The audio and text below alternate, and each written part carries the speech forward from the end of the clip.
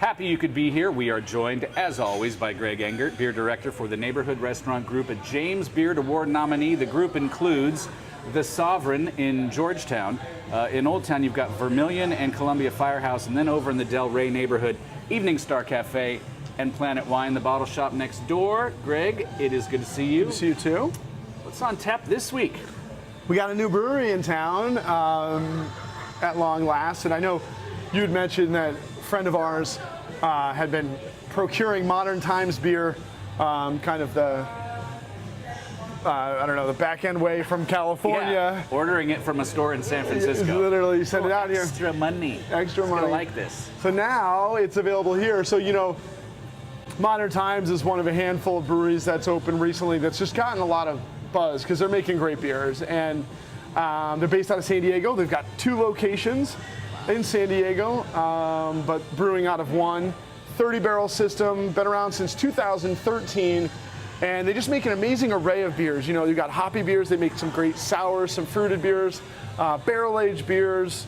City of the Dead, which we're drinking right here, is not barrel-aged per se, but interesting. Export stout, 7.5% alcohol. This is then seasoned with coffee, but coffee that has been aged in bourbon barrels. So just think about that for a second. They age the coffee barrels, put the coffee in the stout. All right. And we get this.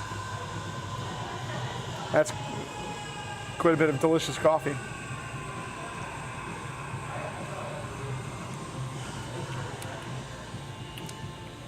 Ooh, that's nice. The bourbon, the hint of bourbon is just that. Yeah, it's yeah. a hint. It's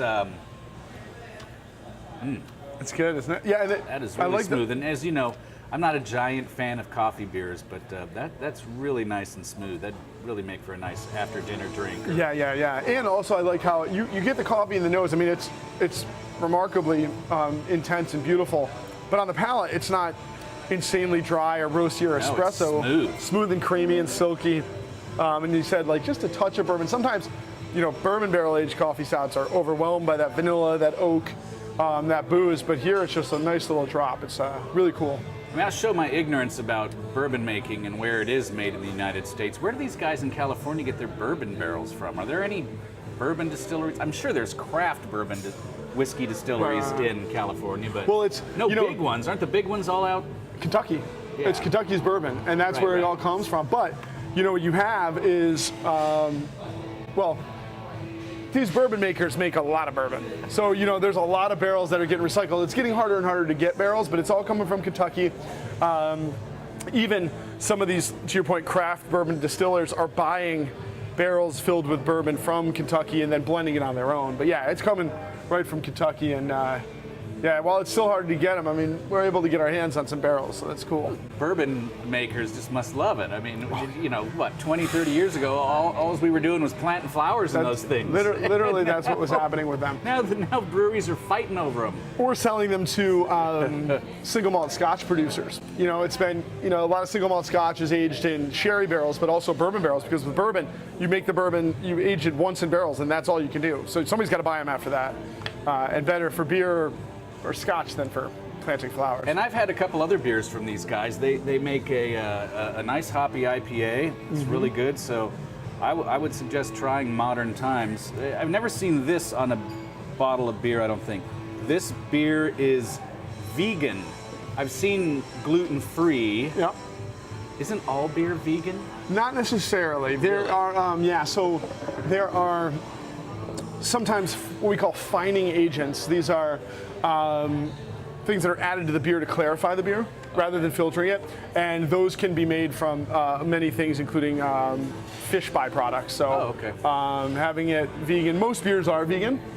So interesting that they're calling it out. But yeah, it's a cool thing. Very good. Sure. What would you pair this with?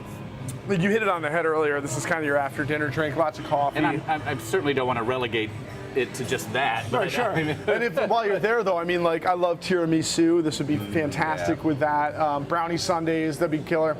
But you can also do this, you know, we've talked about this in the past. Imperial stouts, coffee stouts, delicious with barbecue, braised meats, chilies.